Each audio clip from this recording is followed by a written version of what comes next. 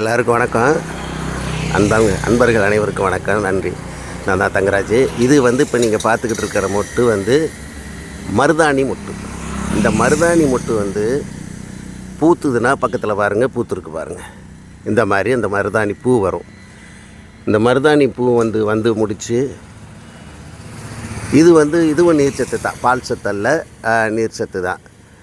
பால் இது இருக்காது. இது காஞ்சதுன்னா சருகாயிரும். ஆனால் இந்த மனம் காஞ்சி போனாலும் இந்த பூ மனோரஞ்சிதங்கிற ஒரு மலர் இருக்குது. ஆனால் இது இந்த மருதாணி மலர் மனம் அவ்வளோ இதமாக இருக்கும். எவ்வளோ கவலைகள் இருந்தாலும் இந்த மனத்தை சுவாசிச்சிங்கன்னாக்க புத்துணர்ச்சியாக இருக்கும். அவ்வளவு மனமாக இருக்கும், அவ்வளவு இதமாக இருக்கும் மனசுக்கு. இது மருதாணி. ரெண்டாவது, இது தெய்வங்கள் குடியிருக்கக்கூடிய செடியாக, அதாவது மருதாணி செடியாக இதை சொல்கிறாங்க. ஆன்மீகத்தில் அனைத்து தெய்வங்களும் இதில் குடியிருக்கும். வீட்டில் வளர்க்குறது நல்லது. ரெண்டாவது இதை இந்த செய்வினைகள், பில்லி பிணி பீடை, செய்வினை கோளாறுகள், இது எதுவாக இருந்தாலும் செய்கிறவங்களுக்கு திருப்பி கொடுத்துருமாமா. அது நம்ம வீட்டில் வளர்த்திங்கன்னா செய்கிறவங்களுக்கே திருப்பி கொடுத்துரும். அவன் கெடுவான் கேடு நினைப்பாங்கிற மாதிரி.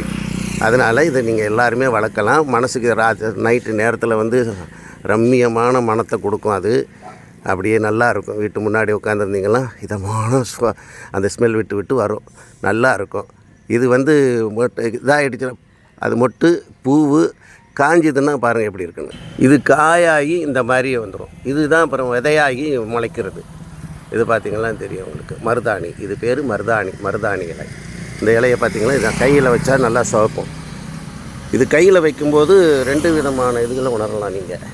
எப்படி அப்படின்னாக்க, இதை கையில் வச்சுக்கிட்டு இருக்கும்போது நம்ம உடம்புல பித்தம் அதிகமாக இருக்குது அப்படின்னு தெரிஞ்சிங்கன்னா கருப்பாயிரும்.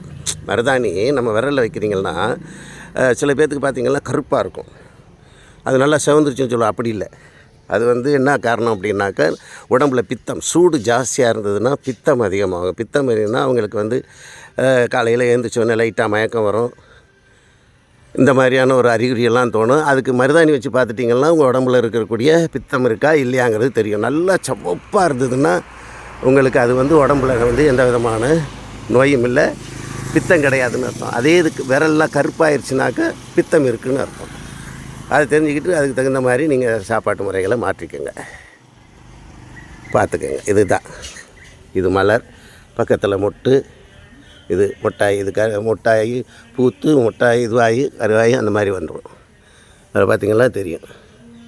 ஓகே, நன்றி. மருதாணியை பற்றி தெரிஞ்சுக்கிறீங்க, நன்றி.